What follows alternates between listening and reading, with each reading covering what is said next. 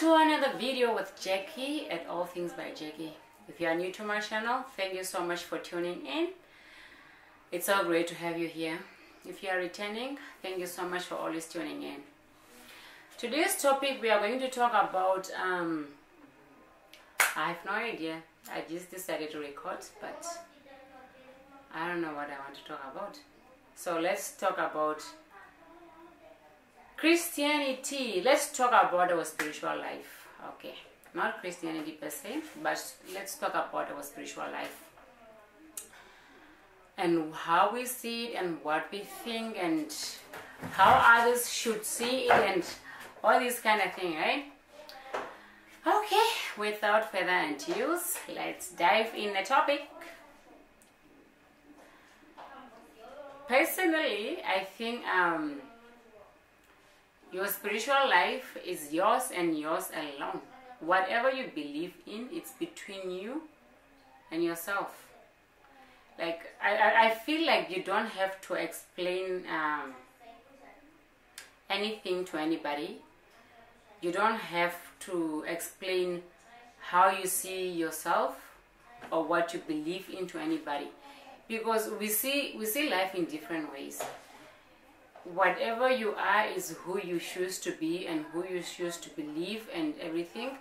At the end of the day, you have to please yourself. You don't have to please anybody else. So who cares if the next person next door think what you believe in is not right? It's at the end of the day, it's about you.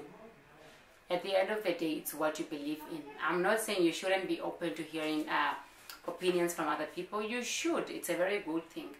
Like, let's talk about even me growing up, right? Ooh, I'm a Herero, good.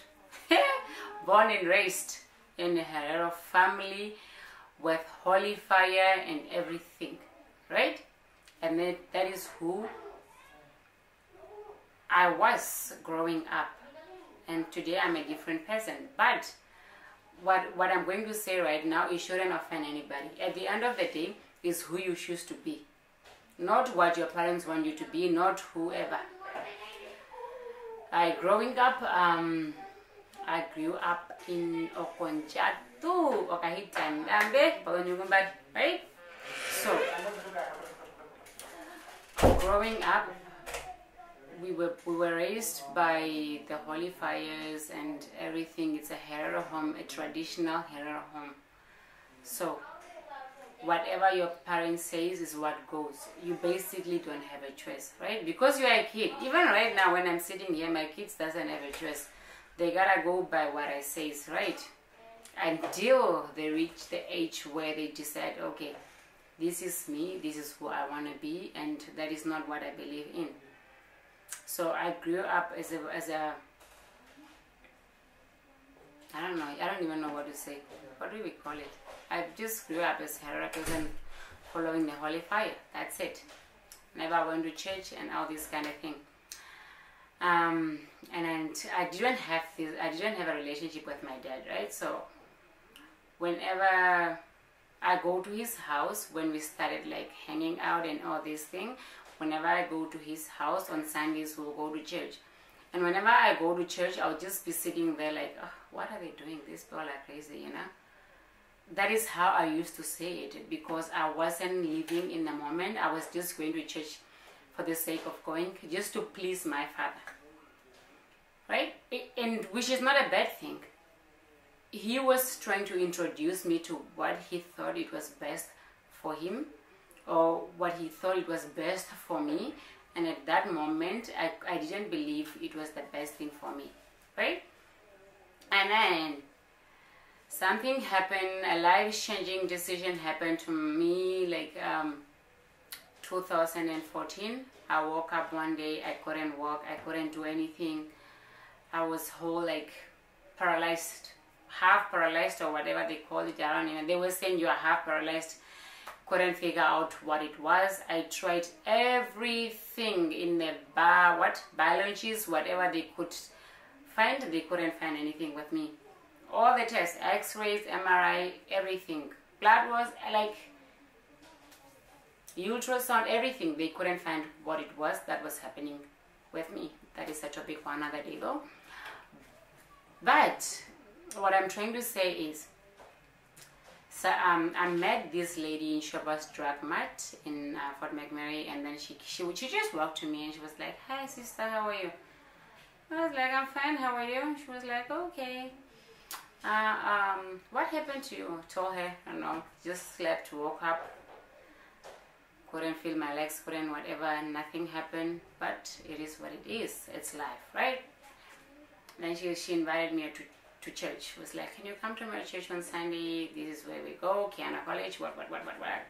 Forward in Faith, we attended Kiana College, what room, you know, all this kind of thing." Then I went there, and then I started going to church. At first, I was just going for the sake of going, you know.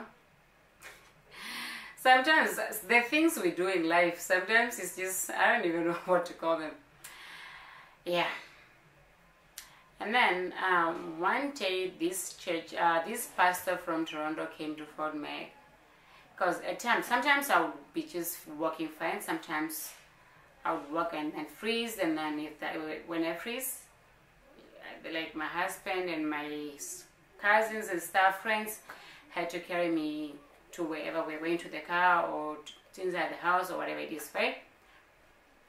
So this pastor came, and at the end of the service, I decided to go home, and my legs froze like usual. I couldn't do anything, and then he just came and he told everybody to step away. He was like, "Step away." I was wearing this belt, and then he came, started praying for me, and then he said, "Walk." Like, "Are you serious right now?"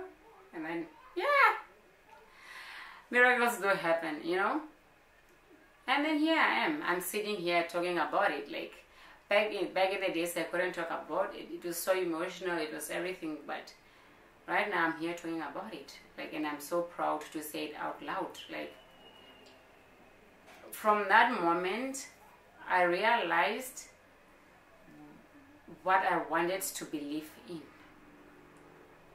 I realized that all my life I was believing in something that I didn't believe in. I was just doing it to please my parents, but I had to decide if I wanted to please my parents or if I wanted to please my God.